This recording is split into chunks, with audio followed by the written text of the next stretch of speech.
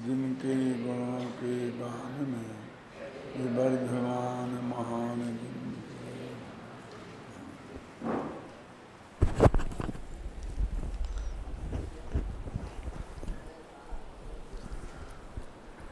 अपने 125वीं गाथा तक हो गया था और उसके दोनों कलश भी हो गए थे। ये 10 गाथाओं का जो ग्रुप था और उसके बाद आने वाले 2 कलश थे, उनमें यही बात कही गई थी कि जब पुद्गलों में और जीव में निर्विघ्न रूप से अपना कार्य करने की पूरी क्षमता है, प्रत्येक द्रव्य में एक परिणाम नाम की शक्ति है।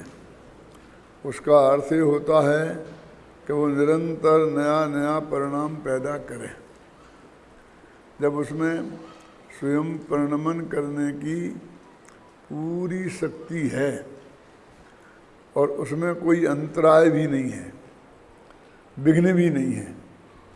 जब पुद्गलों का छंद था कलश, उसमें निर्विघ्न लिखा था और जीव का आया तो निरंतराय आया। ये अंतर था, ख्याल है आपको? जब पुद्गलों में निर्विघ्न शक्ति है ऐसा आया था और जीव का प्रकरण आया तो निरंतराय है। वो तो छंद के अनुरोध से थे। दोनों का एक ही अर्थ है। वहाँ अंतराय शब्द के लिए गुंजाइश नहीं थी तो उन्हें निर्विघ्न कर दी। छंद में निर्विघ्न सही बैठता था, यहाँ निरंतराय कर दी। कहने का आशय ये है कि दूसरे का उसमें कोई हस्तक्षेप नहीं है, हस्तक्षेप नहीं है और जीव को उसके सहयोग की जरूरत नहीं है। कि वो निमित्त तो हैं, कि निमित्त तो हैं, लेकिन उसके निमित्त होने से जीव को उसके सहयोग की जरूरत है ऐसा अर्थ नहीं होता है। चूड़ामणि जी ने लिखा है कि सहज ही निमित्त नैमित्तिक संबंध बन रहे हैं। सूरज उगता है तो कमल का फूल विकसित होता है, लेकिन सूर्य को उगने के लिए कमल के फूल विकसित हों कि नहीं हों इसकी रंच मात्र अपेक्षा नहीं है। देखो, मैंने ऐसा नहीं बोला कि कमल को खिलने के लिए सूर्य की अपेक्षा नहीं है, क्योंकि उसे कदाचित हम वैज्ञानिक लोग या कोई लोग कहें, लेकिन कम से कम ये तो बिल्कुल 100% पक्का और नक्की है ना कि सूर्य को उगने के लिए कमल खिले कि नहीं खिले इसकी ज़रूरत नहीं है। मुर्गा बोले कि न बोले इसकी रंच मात्र आवश्यकता नहीं है। ऐसा ही जीव स्वयं परिणमित हो, उसको परिणमन होने के लिए किसी कर्म के उदय फदय की कोई अपेक्षा नहीं है। यह सिद्ध हो गया जो कहते हैं, तब फिर एक द्रव्य दूसरे द्रव्य की अपेक्षा क्यों करे। यह बात अत्यंत स्पष्ट रूप से स्पष्ट हो गई विगत 10 गाथाओं में और 2 कलशों में। वो ग्रुप था वो समाप्त हो गया। अब जो नया ग्रुप शुरू होगा उसमें जयसेनाचार्य की टीका में 3 गाथाएं ऐसी आती हैं इसके बाद 125वीं गाथा के बाद, जो आत्मख्याति टीका में नहीं है।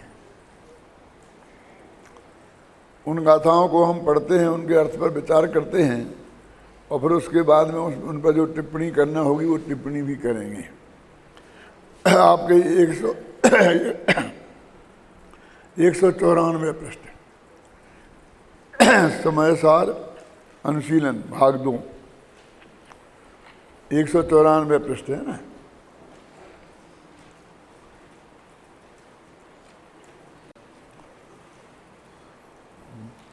इन गाथाओं के बाद आचार्य जयसेन की तात्पर्य वृत्ति टीका में 3 गाथाएं आती हैं जो आत्मख्याति में नहीं हैं। ये गाथाएं मूलतः इस प्रकार हैं।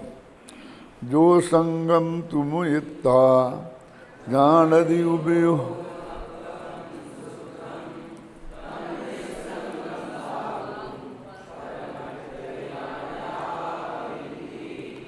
जो साधु संगम मुइत्ता, संग माने होता है परिग्रह, तो आभ्यंतर और बाह्य दोनों प्रकार के परिग्रह से रहित ज्ञानानंद स्वभावी है।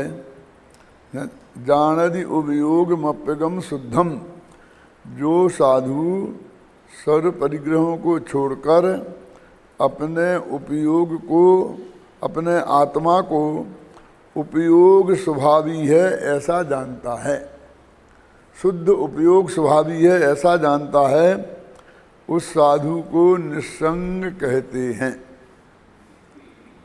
संग माने परिग्रह, परिग्रह से रहत। परमठ व्यायणा बेंती, और ये कौन कहते हैं कि परमार्थ को जानने वाले। अब ये परमार्थ को जानने वाले शब्द है, इसके अलग अलग जगह अलग अलग अर्थ किए हैं। कहीं तो जगह है केवली भगवान कहते हैं, कभी कहा है कि परमार्थ को जानने वाले आचार्य भगवंत कहते हैं, और कभी कहा है कि परमार्थ को जानने वाले ज्ञानी धर्मात्मा कहते हैं। तो इसमें कोई मतभेद जैसी बात नहीं है, क्योंकि चौथे गुणस्थान से लेकर और सिद्ध भगवान तक सभी परमार्थ के जानकार हैं। इसमें तो मूल में तो ये है ना, परमठ व्यायणा, परमार्थ को जानने वाले। सब अर्थों को जानने वाले तो नहीं लिखा, सब बन्नू लिखा होता, सब पदार्थों को जानने वाला लिखा होता तो हम केवली भगवान अर्थ करते, है ना। जो परमार्थ है, परमार्थ माने क्या होता है जानते हैं? परम माने सर्वश्रेष्ठ, और अर्थ माने पदार्थ, माने अपना आत्मा। अब आत्मा तो है सर्वश्रेष्ठ पदार्थ, तो अपना क्यों लगा दिया कि हमारे लिए सर्वश्रेष्ठ पदार्थ अपना आत्मा ही है, दूसरों के आत्मा नहीं। क्यों और कैसे से निर्णय होता है कि अपने यहाँ 2 नए आते हैं, एक परम शुद्ध निश्चय नए। तो उसमें जो परम शब्द लगा हुआ है वो परम शुद्ध निश्चय नए, जो त्रिकाली ध्रुव अपना आत्मा है उसके लिए है, वो परम शब्द उसके लिए है। क्योंकि शुद्ध तो दूसरे के आत्मा भी हो सकते हैं, और केवल ज्ञानी के तो द्रव्य पर्याय दोनों से ही शुद्ध हैं, लेकिन उसमें केवल ज्ञानी अर्थ नहीं लिया है, क्योंकि केवल ज्ञानी की बात साक्षात शुद्ध निश्चय नय में आ जाती है। उसके लिए एक नए अलग लिखा छायक भाव के लिए। शुद्ध नय के 3 भेद है ना, एक देश शुद्ध निश्चय नय, साक्षात शुद्ध निश्चय नय और परम शुद्ध निश्चय नय। तो एक देश शुद्ध निश्चय नय में सब सम्य दृष्टि आदि दी बातें हैं। एक देश शुद्ध हैं, पूर्ण शुद्ध नहीं है लेकिन शुद्ध हैं। और फिर साक्षात शुद्ध निश्चय नय में केवल ज्ञान आदि से युक्त आत्मा आता है, क्योंकि पूर्ण शुद्ध हैं वे केवल ज्ञान आदि पर्याय, अरहंत और सिद्ध की दशा। और परम शुद्ध निश्चय नय में इन तीनों अशुद्ध निश्चय नय, एक देश शुद्ध निश्चय नय और शुद्ध निश्चय नय, ये तीनों नए पर्याय से सहित आत्मा की बात करते थे। और परम शुद्ध निश्चय ने पर्याय से रहित और निज आत्मा की बात करता है। जो दृष्टि का विषय है, जो ध्यान का ध्येय है, वही परम शुद्ध निश्चय नय का विषय है। इसे उल्टा भी कह सकते हैं कि जो परम शुद्ध निश्चय नय का विषय है वो ही दृष्टि का विषय है और वो ही ध्यान का ध्येय है। इसका सीधी सा भाषा में अर्थ हुआ कि परम शुद्ध निश्चय नय का विषय पर और पर्याय से रहित अपना आत्मा है, और उसमें अपनापन स्थापित करना, इसका नाम सम्यक दर्शन है। इसलिए उसे दृष्टि का विषय कहते हैं। और उसका ही ध्यान किया जाता है तब केवल ज्ञान की प्राप्ति होती है। ख्याल में मुख्य ध्यान का ध्येय ये है। उस ध्यान के काल में छपक श्रेणी में भी कदाचित पर पदार्थ ज्ञान के गेय बन जाएं तो भी उनको ध्येय नहीं कहा जाता। वो उनका ध्येय नहीं है कि सब कदाचित बन जाएं। ये शर्त ही क्यों डालते हो? नहीं बने ही रखो ना। लेकिन भैया अपने हाथ में नहीं है ना रखना। वो तो जिनागम में जो शास्त्रों में वर्णन है उसके हिसाब से ही सारी बात है कि जाने क्यों पर को। तो ऐसी उपादेय बुद्धि थोड़ी है कि मुझे बीच में पर को जानना है। लेकिन महाशास्त्र तत्वा सूत्र में आता है ना कि छपक श्रेणी में भी अर्थ संक्रांति, व्यंजन संक्रांति और योग संक्रांति होती है। और संक्रांति बोलते हैं बदलने को। ये आती है ना अपने मकर संक्रांति 14 जनवरी को। वो तो सूर्य महीने में एक दफे एक राशि से दूसरी राशि में जाता है, तो वो बदल के मकर राशि में आया, इसलिए मकर संक्रांति बोलते हैं। फिर 14 फरवरी को कुंभ संक्रांति होती है। फिर 14 मार्च को मीन संक्रांति होती है। फिर 14 अप्रैल को मेष संक्रांति होती है। फिर 14 मई को वृषभ संक्रांति होती है। 12 महीना में 12 संक्रांति सूर्य 12 बाद राशि को बदलता है। उसी के हिसाब से 12 राशियां बनी हैं। अब वैष्णवों में कोई मकर संक्रांति की कोई विशिष्ट स्थिति मानी है। देखो, इससे आपको भारतीय ज्योतिष विज्ञान और अंग्रेजों का ज्योतिष विज्ञान, इन दोनों का, पश्चिमी सभ्यता का ज्योतिष विज्ञान अंतर ख्याल में आएगा। उनने तो क्या किया है कि बस 14 तारीख को सूर्य की संक्रांति होती है, उनने उसको 14 तारीख नक्की कर दी।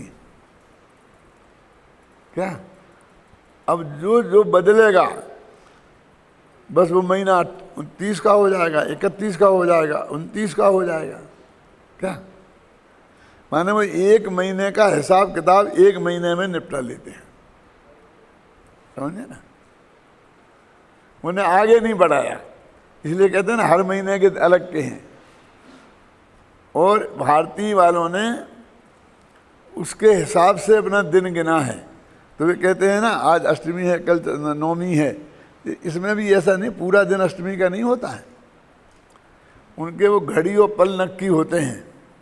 60 घड़ी ऐसी होती हैं, कुछ पल। तो वो कभी कभी अपन कहते हैं 2 14 हो गई, और कभी कहते हैं कि 14 का 6 हो गया। क्या मतलब है कि उसमें रहता है 30 घड़ी, जो भी है, पक्का में आंकड़ा मेरा सही नहीं समझना, लेकिन इतना वो राशि उसमें रहे तो उसको वो दिन मानना। ख्याल में ही ना? और जो कम रहे तो नहीं मानना। तो एक में मान लो 60 घड़ी की है, तो उन एक में 30 घड़ी रह गई, थोड़ा ज़्यादा 30 से, तो उसको वो तिथि मान ली। अब कभी कभी बिल्कुल बराबर चुमाचुम दोनों दिन बराबर हो जाते हैं। 30 घड़ी दोनों दिन बट गए, तो उनने उनको कह दी 2 14 हो गई। और कभी ऐसा आता है कि एक दिन उसके लिए पूरा होता ही नहीं है, तो उसको 6 हो गया, ऐसा कहते हैं। तो ये जाकर के हिसाब किताब, इसलिए उनकी मकर संक्रांति हर साल बदलती रहती है। अब की बार माघ में आएगी, फिर फूस में आएगी, फिर 12 को आएगी, फिर 14 को आएगी, फिर 13 को आएगी। अपन कहते ये क्या है? ख्याल में ना? ये कारण है उनका बदलने का। जैसे कि मुसलमानों ने नक्की कर लिया है कि ईद किस दिन, कि दोज के दिन होगी, ये तो नक्की है ना? लेकिन उसे चंद्रमा दिखना चाहिए दोज का। दोज का चंद्रमा बहुत मुश्किल से दिखता है, तो दोज को दिखा तो उस दिन मना लेंगे, उस दिन नहीं दिखा तो दूसरे दिन दिखेगा तो उस दिन मनाएंगे। इसलिए वो उनकी नक्की नहीं हो पाती है। जब तक वो चंद्रमा को नहीं देख लेंगे शाम को क्या, तब तक कहेंगे नहीं कि ईद मना लो। सारी तैयारी रखेंगे, फिर भी गवर्नमेंट तो ईद की छुट्टी अपने हिसाब से कर देती है जो करनी होती है, लेकिन उनका तो अंत समय तक चंद्रमा दिखना चाहिए। अब क्या करें फिर, अब वो चंद्रमा भी हर गांव में अलग अलग होता है, उसका उदय अस्त एक पंचांग एक गांव के हिसाब से बनता है। तो उनने नक्की कर लिया कि हिंदुस्तान हमने एक देश मान लिया, और कहीं भी दिख जाएगा तो हम उस दिन मान लेंगे। ऐसा जरूरी नहीं है जयपुर में ही दिखे, दिल्ली में दिख गया, जबलपुर में दिख गया तो वे वहाँ से बराबर सबको घोषणा कर देंगे यहाँ चंद्रमा दिख गया है, ईद शुरू हो गई। तो उनके भी इमाम होते हैं ना, और उन्हें दिखना चाहिए, क्योंकि कौन माने, हर एक कह दे तो सही माने। तो हर जगह के इमाम आपस में कनेक्शन रखते हैं तो ईद बता देते हैं। तो ये ज्योतिष विज्ञान का एक नियम है। तो उस ऐसी इसलिए वो वहाँ पर कहा ना, राशि बदलने को संक्रांति काय की वजह से बोलते हैं बदली, वहाँ राशि पर सूर्य बदलता है। और अपने यहाँ कहते हैं अर्थ संक्रांति, अर्थ माने होता है द्रव्य वस्तु। तो एक द्रव्य से उपयोग दूसरे द्रव्य पर गया तो उसको बोलते हैं अर्थ संक्रांति। एक पर्याय से दूसरी पर्याय पर गया तो उसे बोलते हैं व्यंजन संक्रांति। व्यंजन माने पर्याय। और मन वचन काय, इसमें बदला, मनोयोग से काय योग हो गया, काय योग से वचन योग हो गया, तो उसे बोलते हैं योग संक्रांति। अब जरा विचार करो कि जब अर्थ संक्रांति होगी तो मान लो उपयोग अपने आत्मा पर है, तो अपने आत्मा तो दो है नहीं, एक ही है। एक द्रव्य से बदल कर दूसरे द्रव्य पे जाएगा तो वो गारंटी से दूसरे ही द्रव्य होगा ना, क्या? तो टोडरमल जी साहब ने कहा कि वो तो जब पर द्रव्य पे चला गया तो फिर हमारा शुद्धोपयोग खत्म हो गया। तो उन्होंने कहा कि किसने कहा तुमसे कि पर पे उपयोग जाए तो शुभोपयोग है तो अशुद्धोपयोग होता है, और निज पे जाए तो शुद्धोपयोग, ऐसा तो नियम है नहीं। तो शुद्धोपयोग का क्या नियम है कि साथ में गुणस्थान के योग्य परिणति की शुद्धि, वीतराग परिणति वो 8वें गुणस्थान में है, तो उसके 8वें गुणस्थान के योग्य शुद्धता वीतराग परिणति विद्यमान रहती है, इसलिए उसका गुणस्थान नहीं गिरता है। वो छपक श्रेणी की बात क्यों कर रहा हूँ, क्योंकि वो तो गिरेगा ही नहीं ना, उसमें आपको सब निशंक हैं।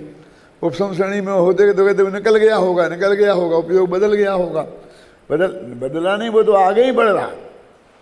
तो उस काल में भी वो उसी तेजी से आगे बढ़ रहा है। वो बोलते हैं ना संख्यात गुणी शुद्धि की वृद्धि हो रही। अब वहाँ जितनी भी शास्त्र में लिखी हो, ख्याल में है ना, तो ऐसा नहीं है कि जब पर पे उपयोग जाता है तो वहाँ थोड़ी चाल धीमी हो गई हो पुरुषोत्तम बाबू, और जब अपने आप में जाता है तो चाल तेज हो, ऐसा नहीं है।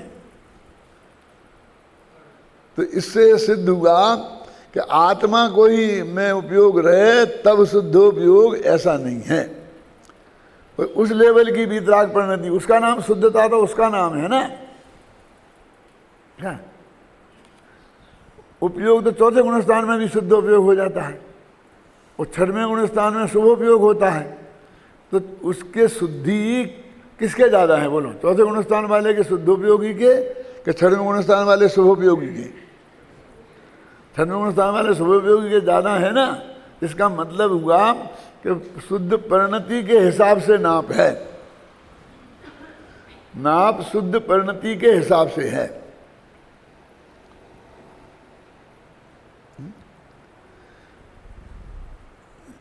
जब मैं तुम्हारी उम्र का था तो तब मेरा भाषण अच्छा लोकप्रिय होता था, बहुत अच्छा माना जाता था। और कभी कभी मेरे से बड़े विद्वान होते थे जो प्रतिष्ठित पहले से, उनका उतना लोकप्रिय नहीं होता था, लेकिन सम्मान, सारी प्रतिष्ठा और सब कुछ उनको ही ज़्यादा मिलता था, मुझे नहीं मिलता था। तो मेरे चित्त में ये विकल्प आता था कि ये क्या है, ये तो बहुत पक्षपात है। जब मेरा व्याख्यान भी बढ़िया हुआ, सब बात हुई, जनता ने भी पसंद किया, और जो ऐसा हुआ, फिर भी इनको ही ज़्यादा महत्व और मेरे को नहीं, क्या ऐसा क्यों? तो भाई जब गहराई से सोचा तो कि उनको जो सम्मान मिल रहा है वो अकेले इस प्रवचन से नहीं मिल रहा, उनका आगे पीछे की जो सारी प्रतिष्ठा है समाज में वो भी उसमें काउंट करती है। और आपका एक प्रवचन बढ़िया हो गया, लेकिन आगे पीछे की लाइफ का आपका भी कुछ नहीं है, जमा पूंजी कुछ नहीं है। अब समझ गए ना, इसलिए इतना अंतर आता है। तो देखो लोक में भी आपकी ऑन द होल जो योग्यता है, मान लो वो लेखक है, उसने इतने इतने दिनों से काम किया है, सारे समाज में इतनी प्रतिष्ठा हुई है।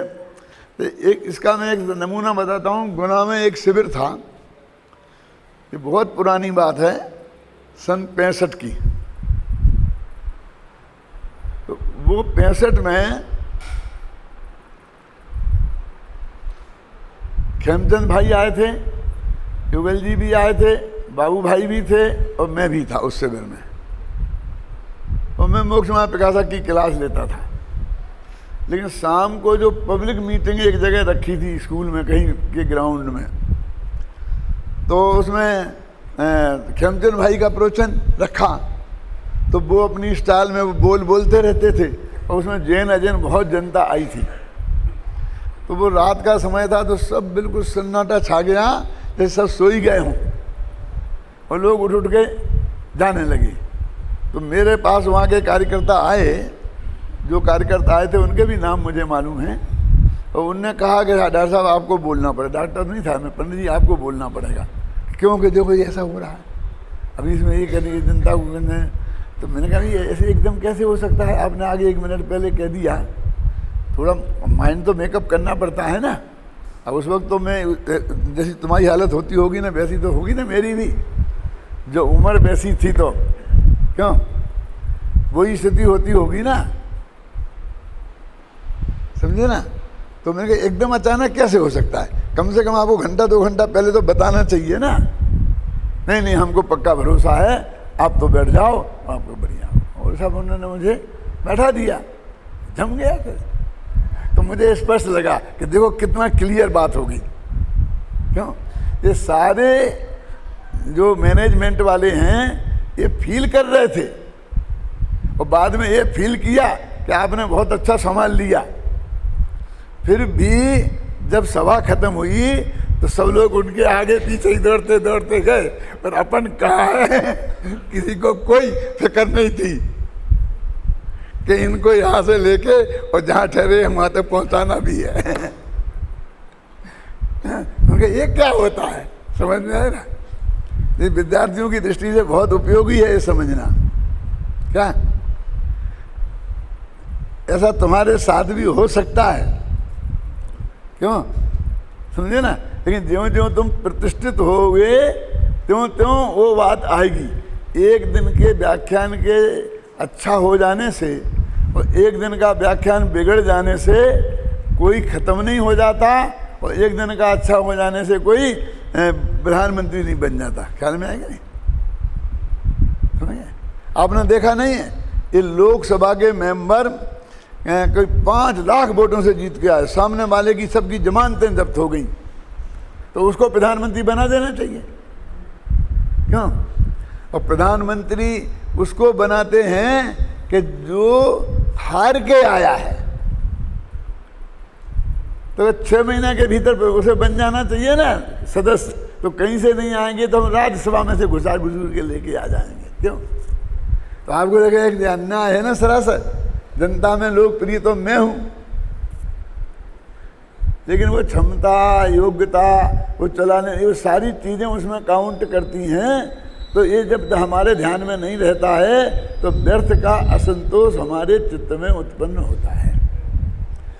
मैं ये सब बातें कह करके वो बताना चाहता हूँ कि वो परिणति है, वो उसकी शुद्धि स्थायी है और गुणस्थान सब उसके हिसाब से बनते हैं।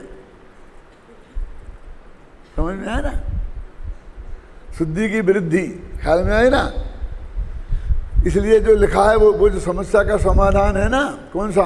कि ज्ञानवंत के भोग निर्जरा हेतु हैं और अज्ञानी के वही कर्म फल देतु हैं। यह अचरज की बात मुझे नहीं आवहीं, बूझे कोई शिष्य गुरु समझावहीं। कि ऐसा क्यों होता है कि भोग से नजरा नहीं होती, भोग के काल में जो शुद्ध परिणति है उससे नजरा होती है, युद्ध के काल में भी। क्योंकि वो अपने 11 बोल है ना, 11 स्थान, सम्यक दृष्टि वृत्तानंद वियोजक है ना, इनमें क्रमशः संख्य गुण नजरा, सत्वासूत्र में सूत्र है ना, और गोमठ सार में गाथा भी है। तो वो कहते हैं कि एक मुनि शुभोपयोग में है और एक सम्यक दृष्टि सिद्धोपयोग में है, तो अभी सम्यक दृष्टि वृत्ति अनंतानुबंधी का विसंयोजन करने वाला, और फिर आता है प्रमत्त 6वें गुणस्थान वाला। तो इससे उसकी असंख्य गुणी नजरा होती है। 3 दफे, एक दफे असंख्य गुणी नहीं, 3 दफे। क्योंकि सम्यक दृष्टि से वृत्ति की, वृत्ति से अनंतानुबंधी का विसंयोजन करने वाले की, और उससे प्रमत्त संयत की, ऐसे ही है कुछ। तो इतने गुणी नजरा उसके भोग के काल में और युद्ध के काल में भी होती है, लेकिन वो शुद्ध परिणति के बल पर होती है, भोग से थोड़ी हुई, वो तो शुद्ध परिणति से हुई। लेकिन सामने वाले को भोग दिखाई देता है, सामने वाले को वो क्या आवाज आ रही है, सामने वाले को शुद्ध परिणति तो दिखाई नहीं देती है ना, और वो भोग दिखाई देता है, इसलिए वो ऐसी बात करता है। ख्याल में है ना?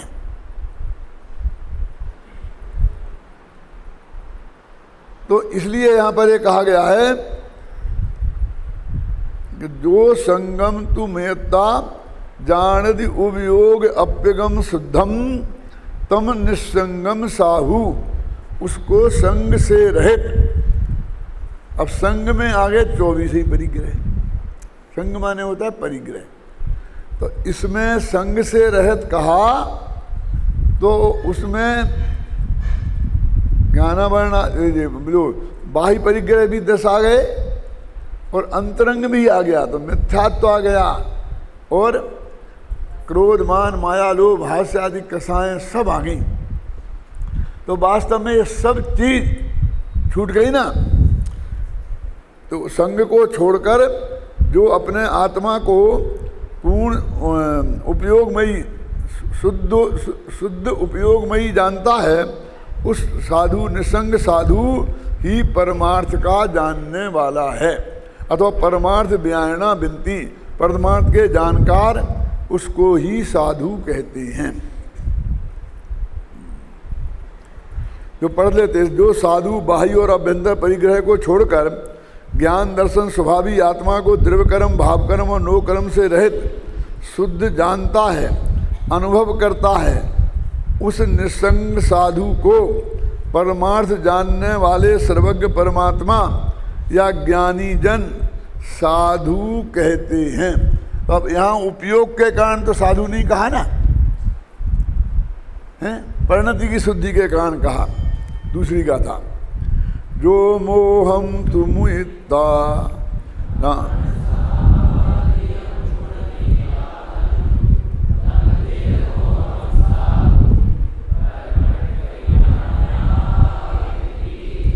जो मोह को छोड़कर ज्ञान स्वभाव से अधिक आत्मा को जानता है। ये ज्ञान स्वभाव से अधिक जानता है मतलब ज्ञान स्वभाव से कुछ ज़्यादा जानता, अधिक माने भिन्न, माने ज्ञान स्वभावी है इसलिए पर पदार्थों से भिन्न है। माने भिन्नता जानता है पर से, किस कारण से? ज्ञान स्वभाव के द्वारा। यानी इसने निर्णय किया कि पुद्गल से मैं भिन्न हूँ क्योंकि मैं ज्ञान स्वभावी हूँ और ये ज्ञान स्वभावी नहीं है। इसका नाम है ज्ञान स्वभाव से जाना। क्या गुरुदेव ऐसा अर्थ बताते थे कि पर द्रव्य भी, मैं पर जीव भी, तो वे तो ज्ञान स्वभावी हैं, फिर उनसे भिन्न ऐसे हम ज्ञान स्वभाव से कैसे जानेंगे? तो कहते ज्ञान स्वभाव माने जानने वाला स्वभाव। तो मेरे ज्ञान से ही मैं जानता हूँ ना, तो मेरा ज्ञान स्वभाव उनमें कहाँ है? मेरे लिए तो वे ज्ञेय है ना, उनका उनके लिए ज्ञान स्वभाव है वो, और मेरे लिए वो ज्ञेय स्वभाव है, क्योंकि उनके ज्ञान से मेरे में जानने का काम नहीं करता हूँ। चल, उसको परमार्थ के जानने वाले जित मोह कहते हैं। ख्याल में है ना? देखो अभी वो 31, 32 और 33वीं गाथा थी समय सार की, तो उसमें कहा था जितेंद्रिय और जित मोह और क्षीण मोह। तो इसमें ये गाथा वो जित मोह के जैसी आ गई। सिर्फ इतना ही फर्क है कि वहाँ कहा था जो मोह हम तु जनिता, और इसमें कहा है मोहिता। बस बाकी गाथा बिल्कुल हूबहू वैसी की वैसी है ना? वहाँ है कि जानकर, कि जीत कर, और यहाँ है कि छोड़कर। बस इतना फर्क डाला है। जो परम साधु समस्त चेतन अचेतन एवं स्वभाव परद्रव्यों में मोह छोड़कर ज्ञान स्वभावी आत्मा को जानते हैं, परद्रव्यों से भिन्न अनुभव करते हैं, उसे परमार्थ के जानने वाले सर्वज्ञ परमात्मा या ज्ञानी जन जित मोह साधु कहते हैं। है ना? इस गाथा की टीका लिखने के उपरांत आचार्य जयसेन मोह पद को बदलकर उसके स्थान पर राग द्वेष क्रोध मान माया लोभ कर्म नोकर्म मन वचन काय बुद्धि उदय सुपरिणाम असुपरिणाम सूत्र चक्षु ज्ञान रसना और स्पर्शन पद रखकर 20 सूत्र बनाने का आदेश देते हैं कि 20 गाथाएं बना लो। सूत्र माने गाथा। इसमें है कि जो मोहम तु जड़ता, और उसकी जगह रखो कि जो क्रोधम तु जड़ता, जो देशम तु जड़ता, जो रागम तु जड़ता, जो लोभम तु जड़ता, ऐसी गाथाएं बनाओ। बस अकेला एक पद बदल दो, बाकी गाथा तो वैसी की वैसी है ही। ख्याल में आई ना? वहाँ 16 गाथाएं बनवाई थी अमृतचंद्र ने, है ना? ध्यान है? और यहाँ 20 बनाने की कहते हैं। कोई 50 भी कह सकता है, कोई इसमें विरोध की बात नहीं है।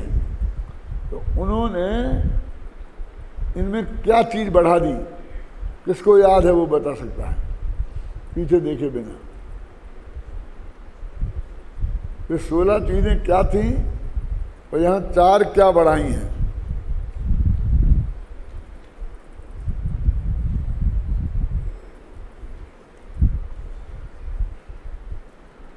अब अपने दिमाग में जो आ गया वो सोच लो, अभी मैं बताता हूँ। उदय, बुद्धि, उदय, शुभ परिणाम और अशुभ परिणाम, ये 4 बढ़ा, क्योंकि बाकी की सब वहाँ थी। समझ गया ना? अब जो बीच में डाली वो, इसने अंत में नहीं डाली, ख्याल नहीं ना, इसलिए आसानी से नहीं मिल सकता। आप सोचोगे अंत की बढ़ा दी होंगी 4, तो अंत में तो 5 इंद्रियां हैं, तो 5 इंद्रियां तो उसमें हैं। ये 20 गाथाएं बनाने के लिए वो कहते हैं, तथा यह भी लिखते हैं, इस प्रकार अपने आत्म स्वभाव से भिन्न असंख्यात लोक भाव भाव हैं, ऐसा जानना चाहिए। असंख्यात लोक प्रमाण गाथाएं बनाई जा सकती हैं। ये असंख्यात लोक प्रमाण क्या होता है? असंख्यात माने असंख्यात। ये साथ में लोक प्रमाण क्यों लगा देते हैं? कई जगह हमने लगाया था। जीव के प्रदेश कितने हैं? एक जीव के असंख्यात, असंख्यात लोक प्रमाण, एक ही बात है। लौट आगे कहो पीछे कहो कोई फर्क नहीं है। ख्याल में है ना? धर्म द्रव्य में कितने हैं? असंख्यात लोक प्रमाण, लोक प्रमाण संख्या कुछ भी कहो एक ही बात है। तो ये असंख्यात असंख्यात प्रकार का होता है। संख्य माने संख्या, और संख्य जब 10 संख्य, 1000 संख्य, करोड़ संख्य, अजब संख्य, संख्य के बाद जो आया वो असंख्य हो गया। संख्य माने वो संख्या आता है ना, संख्य 10 संख्य, संख्य माने संख्या, और जो गिनने में नहीं आया अगणित वो असंख्य हो गए, समझ गए ना। और जब तक अनंत नहीं आएंगे तब तक अंतिम असंख्यात कैसा होगा, अनंत से एक कम। और पहला असंख्यात कितना होगा, संख्य से एक ज्यादा, ठीक है। अब असंख्य भेद हो जाएंगे उस असंख्यात के, तो कौन सा असंख्यात लेना, तो कहते लोकाकाश के जितने प्रदेश हैं वो असंख्यात लिखना। इसलिए लोक प्रमाण असंख्य ऐसा बोलते हैं ना, कि असंख्य लोक प्रमाण, इसका अर्थ है, समझ गए। माने इनमें कौन सा असंख्यात लेना, वो तो छंदानुरोध से आगे पीछे तो कहीं भी आ जाएगा, समझे ना। क्योंकि संस्कृत में विशेषण विशेष का कोई नियम नहीं है, कहीं भी कुछ भी कोई डाल दे, फिर आपको वहाँ ला के उसमें ही लगाना पड़ेगा जहाँ लगता है। जब वो उसका अन्वय करोगे ना तो उसे लगाना पड़ेगा, कल में ही ना।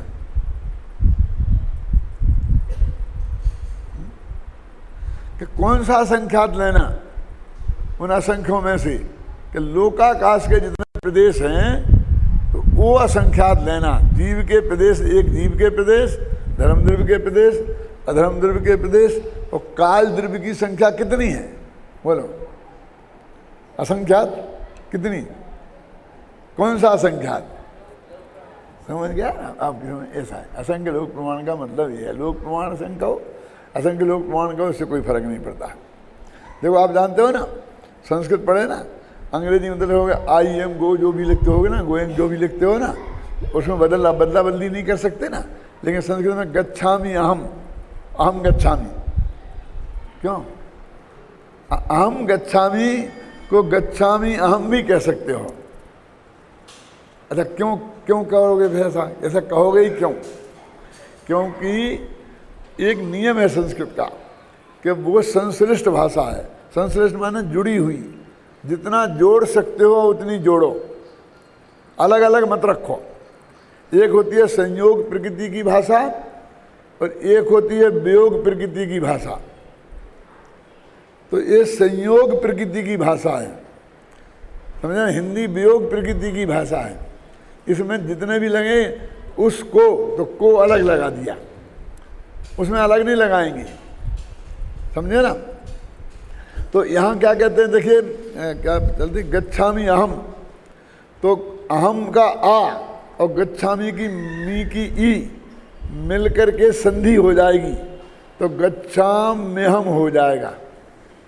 और यदि शुरू में रखेंगे अहम को तो वो संधि नहीं कर सकते, समझ गया। इसके लिए बदला जाता है, उसके पीछे हेतु है। कहीं समास हो जाएगा, संधि हो जाएगी, और उससे वो वाक्य इकट्ठे हो जाएं। संधि और विग्रह राजनीति में भी होते हैं, दुनिया में भी होते हैं, और भाषा में भी होते हैं। ये संधि हो गई, इसका विग्रह करो तो अहम गच्छामि, समझ गया, विग्रह हो गया। लेकिन जब राजनीति में संग्रह संधि होती है तो शांति आती है, विग्रह होता है तो अशांति आती है। लेकिन भाषा में ऐसा नहीं है, भाषा में ये नियम है।